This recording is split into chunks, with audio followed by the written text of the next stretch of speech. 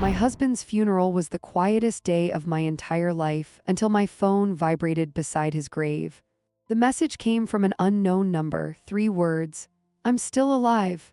God, for a second I genuinely stopped breathing. The cemetery around me blurred into gray shadows. Cold wind moved through the trees. The pastor kept speaking somewhere in the distance. But all I could see were those 3 horrifying words glowing on my screen. I'm still alive. My hands trembled so badly I almost dropped the phone into the mud. Then another message appeared. Trust our sons. A cold wave moved through my entire body. Slowly, very slowly, I turned toward Charles and Henry standing beside the casket. My sons, my own children, and suddenly something felt wrong. God, how had I not noticed it before? Charles wasn't crying, not really. He kept checking his watch every few minutes like he was waiting for the ceremony to end. Henry looked nervous too, not heartbroken. Nervous, like a man terrified someone might expose him. For 42 years, Ernest had been my entire world.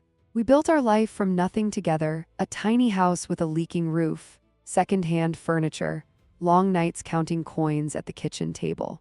And yet, we had been happier than wealthy people twice our age. I met Ernest when I was 24 years old. Back then, he repaired bicycles in a tiny, dusty shop outside Spring Creek while I cleaned houses to care for my sick mother. We were poor, God, we were poor, but Ernest loved me like I was the most precious thing on earth. I still remember the first thing he ever said to me. Need help with your bike? I didn't even own a bike. But I lied just to keep talking to him. Interesting how small moments become entire lifetimes later. We built everything slowly together after that. 2 sons, 1 little house. Thousands of ordinary beautiful days. Or at least I thought they were beautiful. As Charles and Henry grew older, money changed them. First came the embarrassment, then the distance, then the coldness. By the time Charles married Jasmine Albright, a woman who treated our home like a disease, I barely recognized my own children anymore. Still, I never imagined this. I looked back down at my phone. Another message appeared. They know what really happened to Ernest. My heart nearly stopped, because according to my sons, my husband died in a tragic workshop explosion 3 days earlier. But suddenly nothing made sense anymore. The rushed funeral, the closed casket, the fake sadness. God, even the funeral itself felt wrong, too fast, too quiet, too empty. Ernest lived in Spring Creek for 70 years. Half the town should have been here. Instead, only family. Interesting, almost like someone didn't want too many questions asked. Mom, Charles suddenly appeared beside me. I flinched so hard he noticed immediately. You okay? I stared into my son's eyes. And for the first time in my entire life, I felt afraid of my own child. Not emotional fear, real fear, cold fear.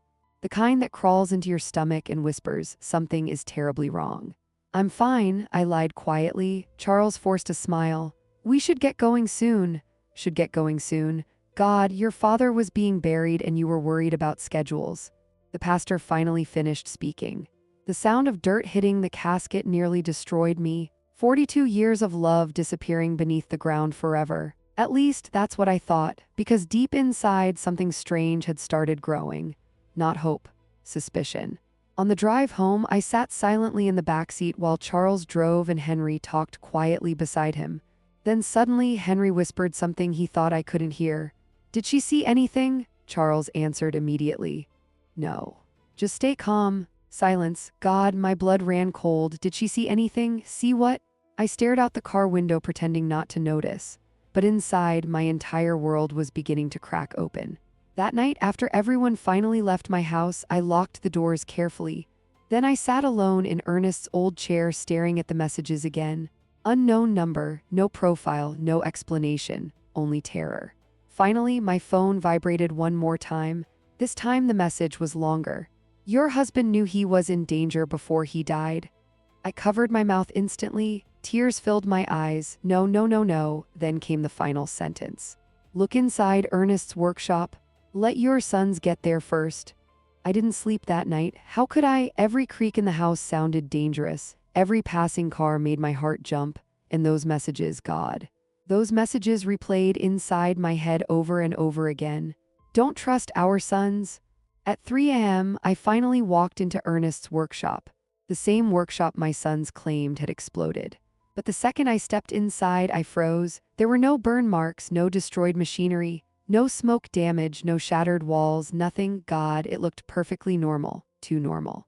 I slowly walked past Ernest's tools hanging neatly on the wall. Everything sat exactly where he always kept it. The wrench rack, the oil cans, the old coffee mug beside the workbench. Interesting. How does a deadly explosion leave the entire room untouched? My breathing became uneven. Because suddenly, the story Charles told me started falling apart piece by piece. Then I noticed something strange. One drawer near Ernest's desk was slightly open. I frowned. Ernest never left drawers open. Never. The man organized screws by size inside labeled jars. Slowly, I pulled the drawer open. Inside sat a brown envelope with my name written across the front. Margot. My hands started shaking immediately. God, it was Ernest's handwriting. I opened it carefully. Inside was a folded letter. And the second I started reading, my knees nearly gave out. My dearest Margot, if you are reading this, something has gone terribly wrong. I covered my mouth instantly. No, no, no, no, the letter continued. In recent months, Charles and Henry have been behaving strangely around me, too interested in insurance policies, too interested in our money. My entire body went cold. They keep pressuring me to increase my life insurance. Henry asks strange questions about my daily routine. Charles watches me constantly when money is mentioned. Tears blurred the page. God, Ernest knew. Somehow my husband already suspected our sons. Then came the sentence that shattered me completely. I fear they may be capable of something terrible. I physically stopped breathing, because no father writes words like that unless he's truly terrified. I sat down slowly in Ernest's chair while tears rolled silently down my face. My boys, the little boys who used to run barefoot through this workshop laughing. The children Ernest taught to ride bicycles inside this very room. How did we get here? Then suddenly my phone vibrated again. I nearly screamed. Unknown number. Check the insurance documents. I stared at the message for several seconds. Who was this person? And how did they know exactly what Ernest wrote in his letter? Slowly, I stood and walked toward the metal filing cabinet beside the wall. Inside sat folders organized perfectly. House documents, bank records, insurance papers. Then I saw it, life insurance policy. I opened the folder carefully, and immediately something felt wrong. The amount, God, the amount, $50,000, my heart pounded harder.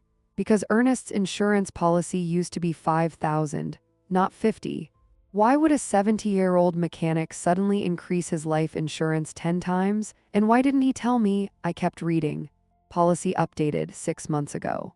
Beneficiaries Charles Hayes, Henry Hayes, not me. My hands started trembling violently now. No, no, no, no, this couldn't be happening. Then suddenly another horrifying detail appeared.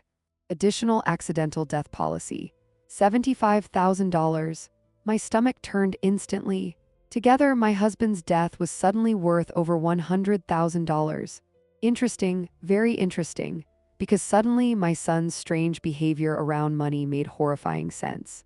I grabbed the edge of the desk trying to steady myself. Then I heard footsteps outside the workshop. God, my blood froze instantly. Someone was there. Slowly, I turned toward the door and saw Charles standing in the darkness watching me silently. How long have you been in here, Mom? My heart nearly stopped. Charles stood in the workshop doorway staring directly at me. God. For one horrifying second, I thought he knew everything. The letter, the insurance papers, the messages. His face stayed calm, too calm, like a man carefully controlling panic underneath the surface. I couldn't sleep, I lied quietly. Charles slowly stepped inside. Interesting. He looked around the workshop nervously before speaking again. You shouldn't be in here alone. Not, how are you? Not, do you miss Dad? No, his concern wasn't emotional, it felt tactical. Like he was worried about what I might discover. I folded Ernest's letter carefully behind my back. I just wanted to feel close to your father, I whispered. Charles relaxed slightly. Then his eyes moved toward the insurance folder sitting open on the desk. And instantly his expression changed. Only for a second, but I saw it. Panic, God, real panic. What's that? He asked too quickly. Insurance papers. Silence. The room suddenly felt freezing cold. Charles walked closer slowly. I was organizing Dad's paperwork for you, he explained. You don't need to stress yourself with financial things right now. Interesting. Because suddenly everyone wanted to handle my finances for me, I stared directly into my son's face. When were you going to tell me the insurance policy increased? His jaw tightened immediately. Dad probably forgot. Forgot. Ernest remembered birthdays from 30 years ago. The man labeled leftovers with dates. He didn't forget major financial decisions. You're listed as beneficiary, I continued quietly. Charles swallowed hard. God. I could actually see him calculating responses in real time. Well, yeah. Dad thought it would be easier if Henry and I managed things after. Interesting choice of word. Almost like my husband's death had become a business transaction already. I forced myself to stay calm, then softly asked, "Why did Dad suddenly need over $100,000 in insurance?" Charles looked away immediately. There were debts. That shocked me. Debts, yes. The shop was struggling. Lie, instant lie. I handled half our household finances for 40 years. Ernest had no major debts. And suddenly I remembered something terrifying. The hospital. Charles asking about insurance policies while Ernest was still alive. God, at the time grief blinded me, now everything felt sinister. You seem very informed about the policies, I whispered. Charles smiled tightly. Mom, you're exhausted? There it was, the soft manipulation, the beginning of making me feel irrational. You need rest. Stress can make people paranoid. Paranoid, interesting word. Especially after anonymous messages warned me about my own sons. Then suddenly my phone vibrated in my pocket. Charles noticed instantly. His eyes locked onto my purse. God, that look terrified me more than anything so far.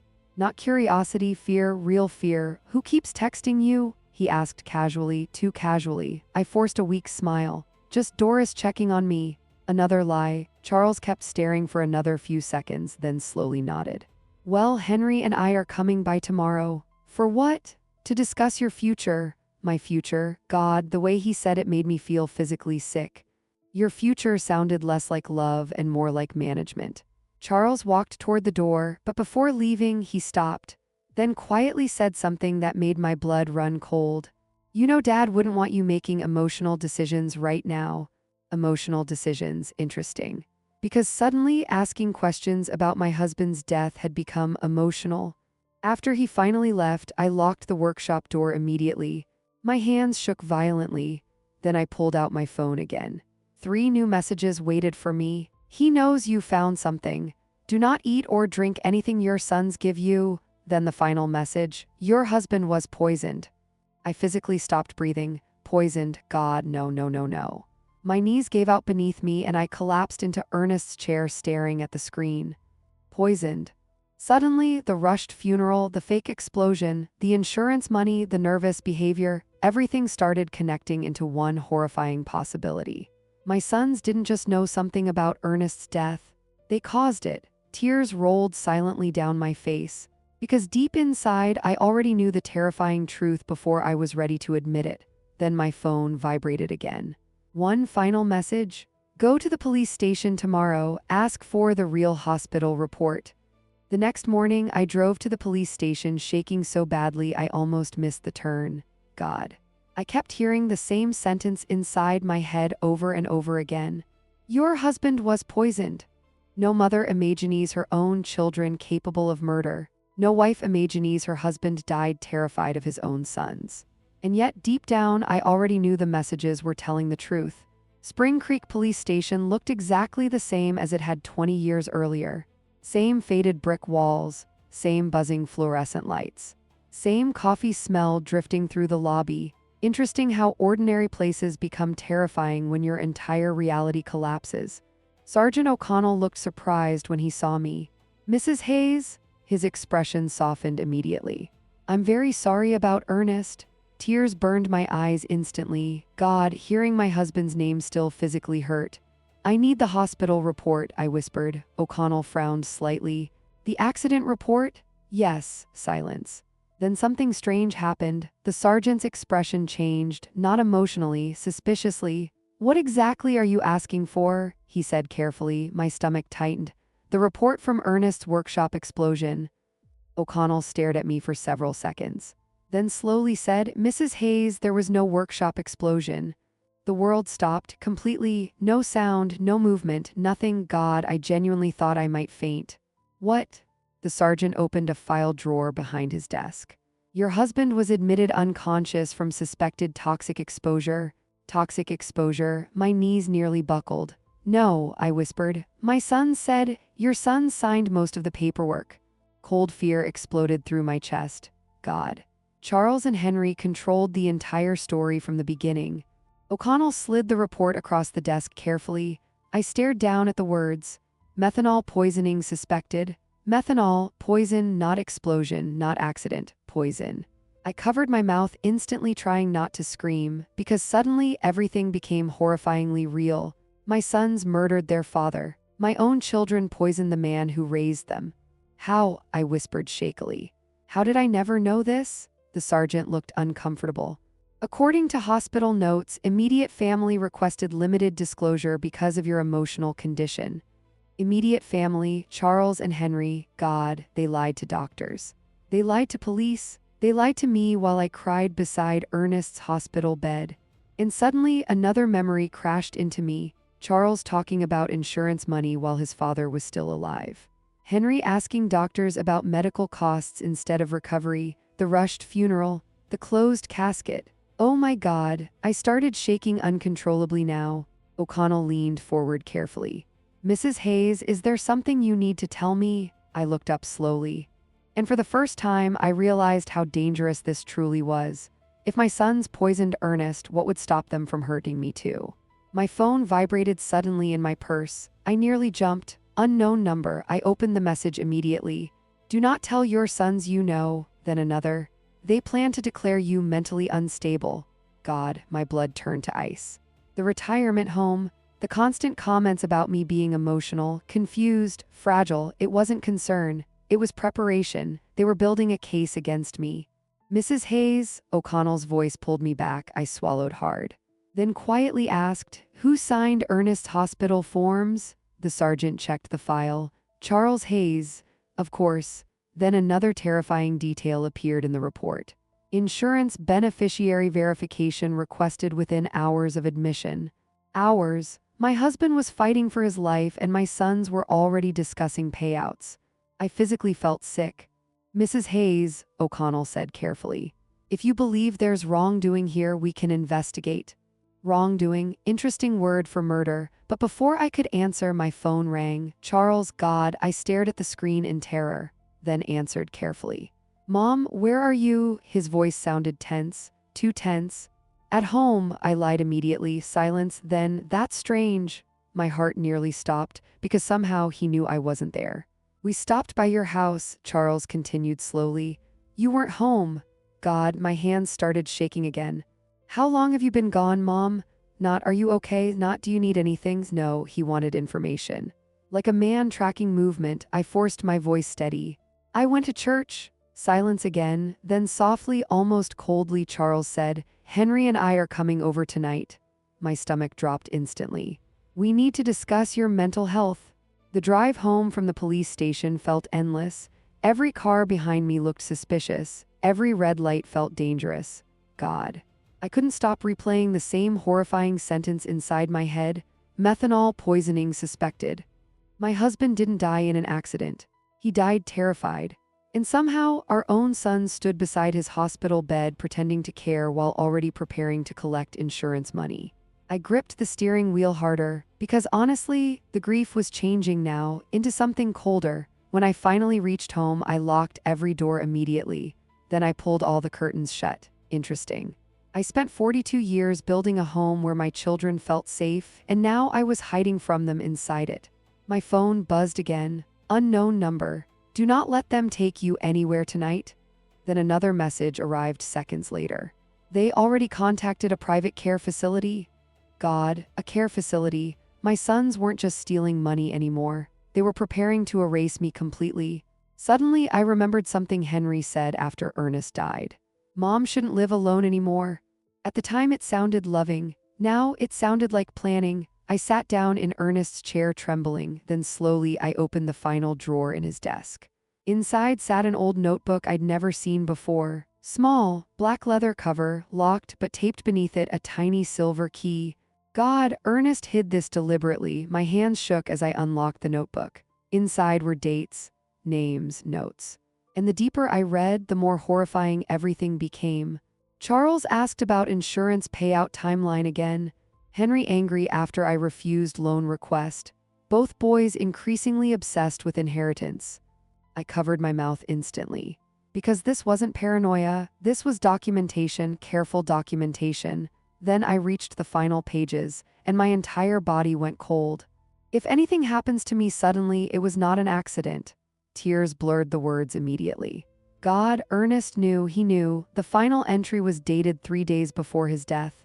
Charles brought whiskey tonight, tasted strange, felt sick afterward. I physically stopped breathing. The whiskey, oh my God, Charles poisoned him slowly. Then suddenly, headlights flashed through my front window, a car pulling into the driveway. My blood froze instantly. Charles and Henry. I quickly shoved the notebook beneath my sweater just as pounding hit the front door. Mom, Charles's voice too loud, too forceful. Open the door. God, my hands started trembling uncontrollably, because suddenly I wasn't scared emotionally anymore, I was scared physically. Mom, we know you're inside. Henry sounded nervous, not worried, nervous, like something was spiraling out of control. Another hard knock shook the door, then Charles spoke again. We talked to Dr. Brenner today. My stomach dropped. Dr. Brenner, our family doctor. About what? I shouted weakly through the door. Silence. Then calmly, too calmly, Charles answered, your mental condition. God, there it was, the plan, real, official, happening. You've been confused lately, Henry added quickly. Paranoid, hallucinating, interesting word, especially when your husband's murder was hidden behind lies. I backed away from the door slowly while clutching Ernest's notebook against my chest. Then my phone vibrated again. Unknown number, they're trying to get you declared incompetent before the investigation, SDARTS. Investigation. My breathing became uneven. Police were already suspicious, which meant my sons were panicking. Good. Outside, Charles's tone changed completely. The softness disappeared. Mom, open the damn door. God, that voice terrified me, because for one horrifying second I heard no trace of my little boy anymore, only desperation. Then suddenly another car pulled into the driveway. Bright headlights flooded the windows. Silence fell outside immediately. I peeked carefully through the curtain, and my entire body froze. Police car. Sergeant O'Connell stepped out slowly. Charles and Henry looked stunned. Interesting, very interesting. Then O'Connell walked directly toward my sons and said something I'll never forget. Gentlemen, we need to reopen your father's death investigation. Charles looked like he'd seen a ghost. God, the confidence disappeared from his face instantly the second Sergeant O'Connell stepped out of the police car. Henry looked even worse. Sweating, shaking, avoiding eye contact completely. Interesting, innocent people usually ask. What's going on? Guilty people panic silently. I opened the front door slowly while clutching Ernest's notebook beneath my sweater. Rain poured heavily outside now. The entire scene felt unreal. O'Connell stood between my sons calmly.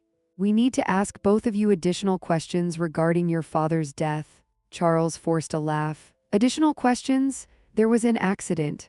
No, O'Connell replied quietly. There wasn't. Silence, God. The way Charles's face changed after hearing those words, I will never forget it. Not grief, not shock, fear, real fear. Henry immediately stepped backward. What are you talking about? O'Connell opened a folder calmly.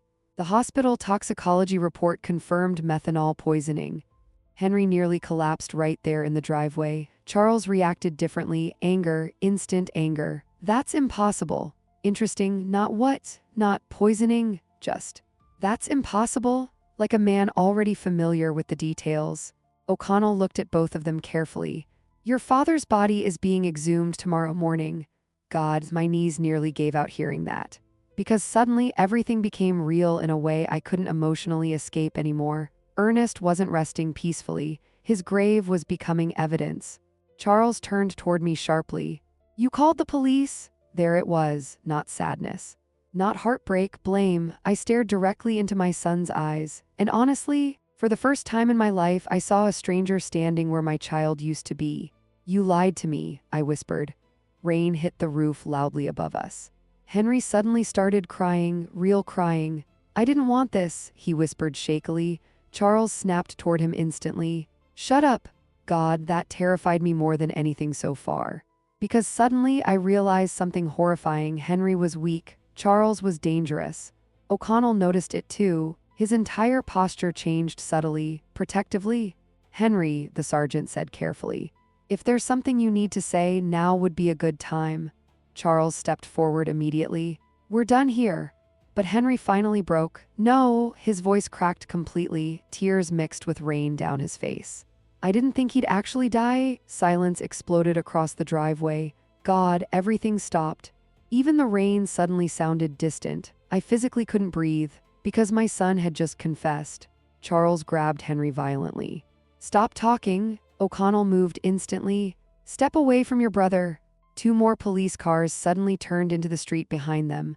Red and blue lights flashed across the wet pavement. Neighbors' porch lights flicked on one by one. Spring Creek was waking up, and my family was collapsing in front of everyone. Henry fell apart completely. "It was supposed to make him sick," he sobbed. "Charles said Dad would recover." I covered my mouth trying not to scream. "No, no, no, no, my boys poisoned their father for money." Charles's face twisted with fury now. "You idiot." Interesting, not grief over Ernest. Anger over being exposed. O'Connell stepped between them immediately. "Charles Hayes, don't move." Then suddenly Charles looked directly at me, and what I saw in his eyes destroyed something inside me forever. No remorse.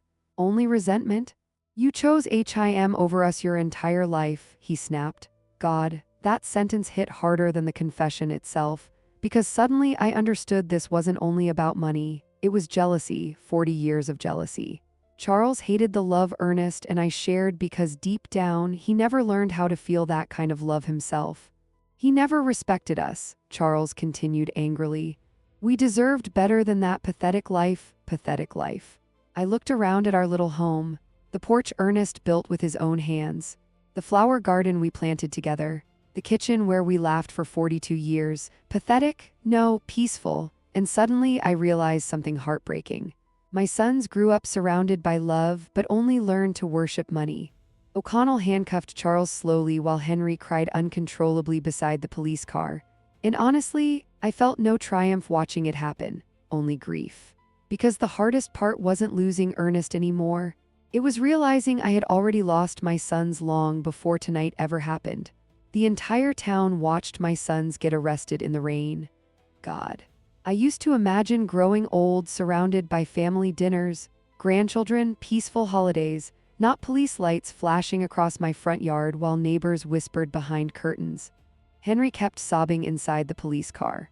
But Charles stayed silent, cold, even in handcuffs. He looked angry instead of ashamed. Interesting, some people break after losing everything. Others only become crueler. As officers led him toward the car, he suddenly turned toward me one last time and quietly said, "You think Dad was innocent?" My blood froze instantly. O'Connell stopped walking. "What does that mean?" I whispered. Charles smiled faintly. God, that smile terrified me more than his anger ever did. "You really didn't know?" he asked softly. Then he laughed, actually laughed. "Ask Dad about Evelyn." Evelyn, the name hit me like ice water. Because I knew that name. 26 years earlier, before the boys finished high school, Ernest briefly worked with a woman named Evelyn Mercer at the bicycle shop. I remembered her clearly. Beautiful, elegant, too close to my husband. But Ernest always insisted nothing happened. And I believed him. God, I believed everything Ernest ever told me. Charles leaned closer before officers pushed him into the car. "You spent your whole life worshiping him and you never even knew who he really was." Then the police drove away, leaving me standing frozen in the rain. Interesting.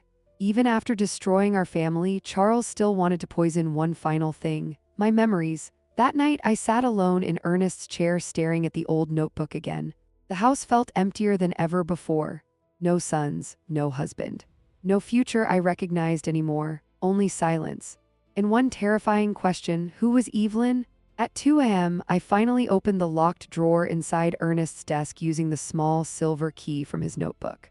Inside sat photographs, old letters, and one sealed envelope. My hands trembled opening it. Inside was a faded photo of Ernest standing beside Evelyn Mercer outside the bicycle shop. They looked close. Too close, God. Then I unfolded the letter beneath it. And the second I started reading, I burst into tears, not from betrayal, relief. My dearest Margot, if Charles ever mentions Evelyn, it means he's trying to hurt you one final time. So here is the truth. I covered my mouth instantly. Ernest knew, even this. The letter continued. 26 years ago, Evelyn told me Charles and Henry were stealing money from the shop register. My heart pounded harder. I didn't believe her at first, but she was right. God, the boys were stealing even back then? Evelyn helped me quietly repay the missing money so the boys wouldn't face criminal charges as teenagers. Tears rolled down my cheeks rapidly now. Not affair letters, protection letters. Charles hated her after that because she exposed him. I closed my eyes painfully. God, how long had this darkness lived inside my sons? Then came Ernest's final words. I stayed silent because I hoped love and patience would eventually guide them back to good hearts. I was wrong.